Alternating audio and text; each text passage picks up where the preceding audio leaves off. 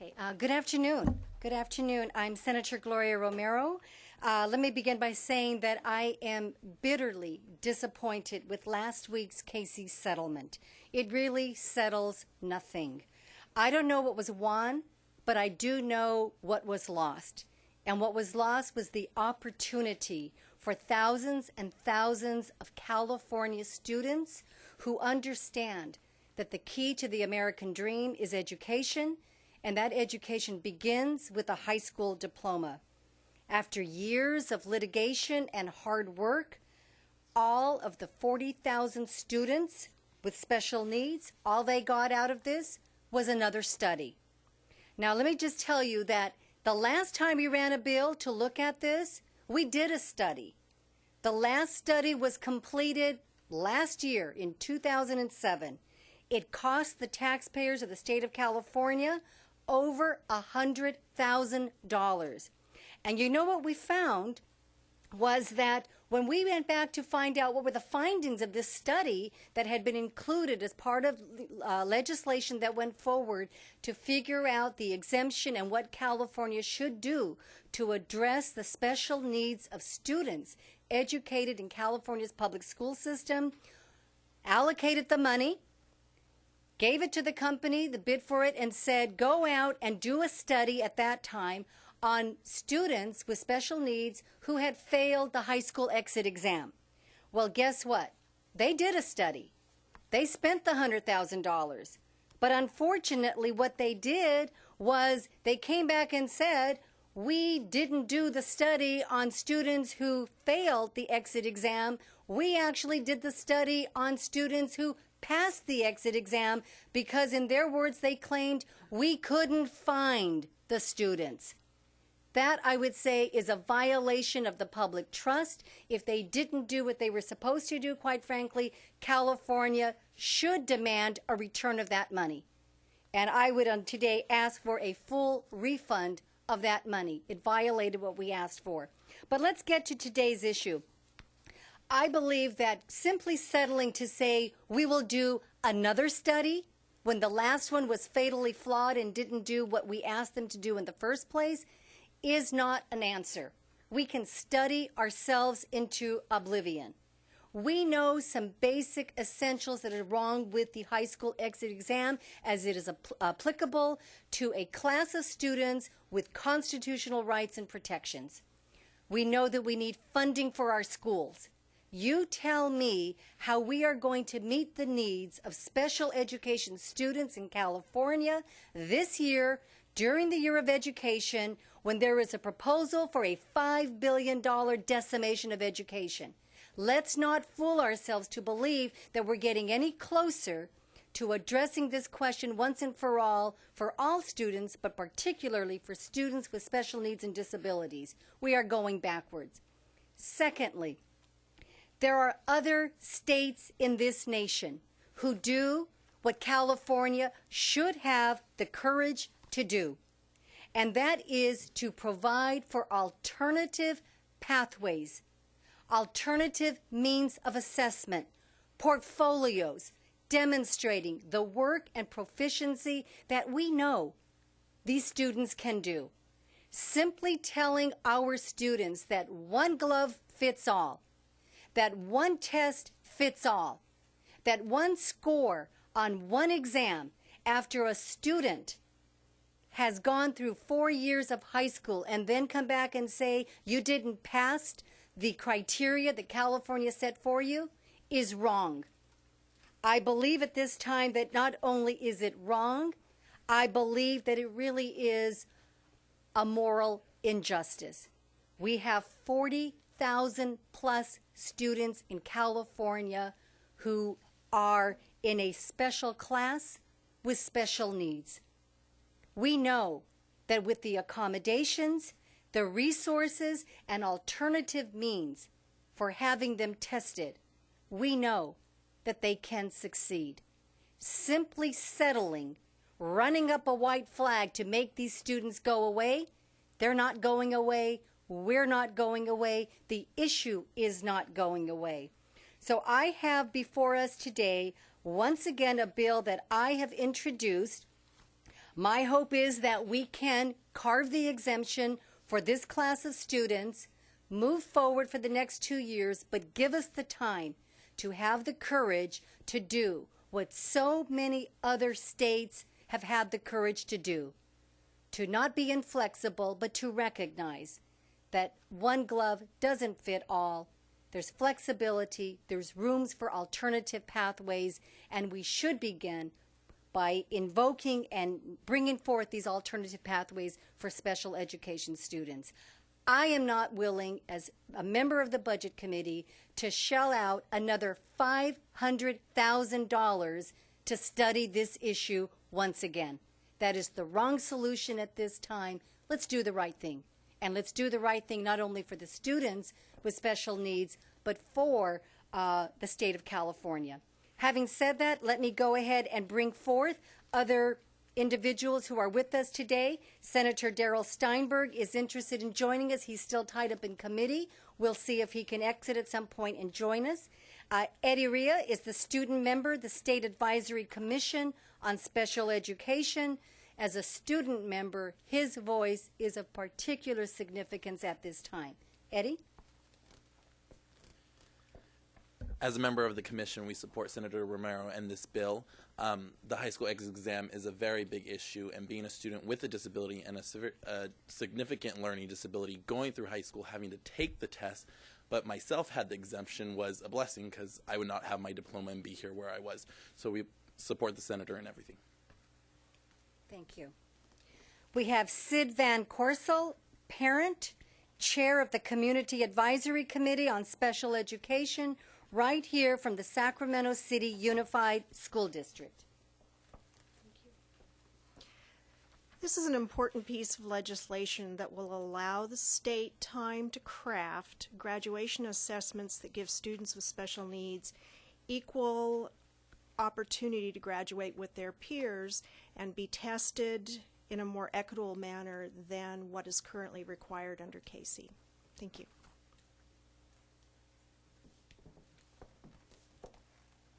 Thank you. Next we have Shelton Yip, Special Education Local Plan Area Administrator, SELPA, Sacramento City Unified School District. Thank you, Senator Romero, and I thank you again for supporting the students with disabilities yet again. I'm also speaking on behalf of the 120 SELPAs in the state of California, and we support the Senator's new bill, SB 1446. We too are looking for flexibility. We're looking for ways of really being able to show the strengths of our students, not the weaknesses, but our strengths, because we have students that are wonderful, marvelous, that can do a lot more than what the test will show, the existing Casey exam. So again, thank you, Senator, for putting this bill forward. Thank you so much, Mr. Yip. We have Ed Odmondson, Special Education Teacher, McClatchy High School, and also with CTA, California Teachers Association. Thank you, Senator. I'm representing CTA on this issue as well. This is my student, Larry Jackson, who came down to join us today. The original proposal by O'Connell and the exit exam, CTA supported because at that time it called for multiple means of assessing students with disabilities. That was never done. Senator Burton created a bill 964 which called for a special panel to look at the Casey and develop alternative assessments for students with special needs. Their design was sent to the State Board of Education, and all of those recommendations were rejected. The Humro report has studied and has said that students with disabilities have very specific needs and multiple assessments are necessary for them to be successful. The National Association of State Directors of Special Ed just released a nationwide study of the exit exam across the country for students with special needs, and they continue to mention that students with special needs need multiple means of assessment. I take it more personally. Larry's in my class. He's taken the test 5 times. The test continues to test his disability, not his ability. Multiple means of assessment would allow Larry to have his high school diploma. It's not for a lack of effort. It's because the test continues to test his disability. He will be one that would suffer this year while we do another study and another cohort of students become bodies in the river for the next 2 to 3 years until we come to our senses. This bill would solve that problem and create the system that was intended by the O'Connell bill to begin with. Thank you. Finally, we have Joe Bim, President, Learning Disabilities Association. Good afternoon. I'm really pleased to be here in support of this bill. I consider SB 1446 a life-threatening bill. If we do not enact this, we stand to have 20 to 25,000 seniors with disabilities who are otherwise fully qualified to graduate because they have earned 220 to 270 graduation credits. They've taken 30 to 40 different courses in middle school and high school from 30 to 40 competent teachers. They've been in classes for over 16,000 hours, 2,000 days, doing every compulsory requirement asked of them. Senator Romero mentioned that we have 40,000 students with disabilities. We have 40 to 45,000 seniors with disabilities on IEPs. We have another 5,000 students approximately on the other disability law, which is the Section 504 of the Rehab Act of 1973, who are also suffering miserably from this exit exam.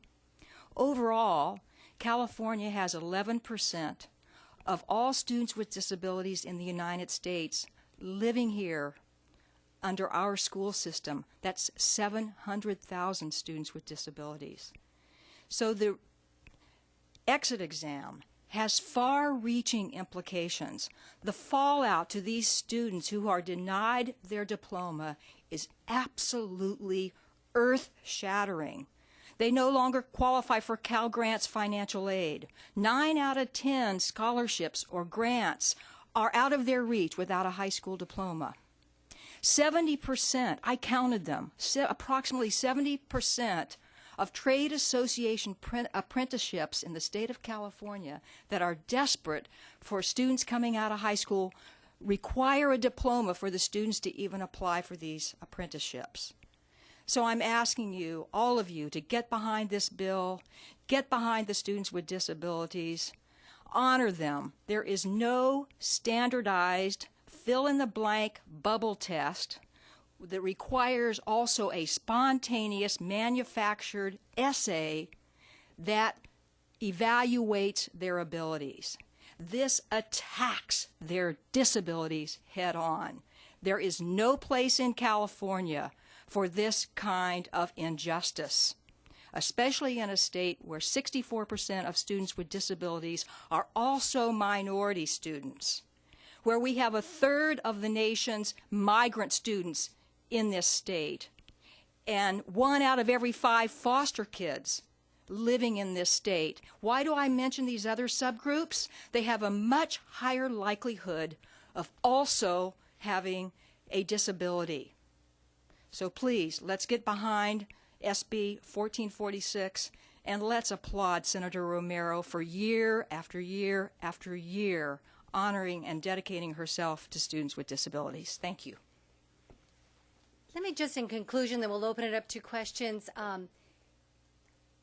California enacted an exit exam, not a trapdoor exam. What we have seen, particularly with special education students, is that what was designed to help these students exit high school and enter society has become a trapdoor from which there has been no escape. We have gone to the courts. We've moved forward extensions in legislation. We have done study after study after study. At this point, California really needs to look to the rest of the nation to see what other states have done to morally and humanely and educationally sound ways to actually measure what our students have learned and accomplished during their years of high school. With the settlement, it basically says, well, y'all can come back until you're age 22. That's not a realistic conclusion. And think about it. Typically, one graduates at age 18. There are many pressures, not to mention economic, but social and peer pressure as well. I think it's a little bit of defiance of reality to honestly believe that these students will return up until the age of 22 in order to take yet another crack at the high school exit exam. Also, from the taxpayer's perspective, think about the millions of dollars that we are continuing to pour into an effort to assist students in passing an exam, which we are arguing it's the exam itself and its applicability in its form for the students that is at question. So we're pouring money in, we continue to do the same thing, really with the same outcome. So from any way that we look at it, from an educational standpoint, from one that is, from the legality of this, from the taxpayer's end of it, we need to rethink this. Yes, we want high standards. Yes, we want our students to achieve. But they can achieve high standards when there is a fair playing ground for all. Not separate, not unequal. Multiple pathways provides an opportunity, as other states have done. Even when the original legislation was enacted, there was room for alternative pathways. If we need to do it with any class of students, it is our students with special needs and disabilities. Until we have the courage to confront that, we are going to see year after year the exit exam becoming a trapdoor exam for our students in California. That's not what I think we want in our Golden State. The bill will be up in the Education Committee tomorrow morning at 9:30. I'd like to thank all of the advocates for your tireless efforts and advocacy on this issue year after year, and we look forward to moving it out of committee tomorrow. We'll open it up to any questions that anybody might have for any of the very strong advocates that we see here today. No questions? You're all convinced? Yes, sir. Well, I think the opposition will most likely be the same opposition that we had last year. We've seen the settlement, with the superintendent of public instruction. I respectfully disagree with the position that he has taken on this issue. I look forward, though, to having continued discussion, to moving this bill along. We cannot just say, come back and do another study. We have the reality of thousands of students who, in the month of April, and they typically graduate May or June, suddenly their lives have been turned topsy-turvy. They've been running they've been riding this wild wave for the last few years. California needs to resolve this issue.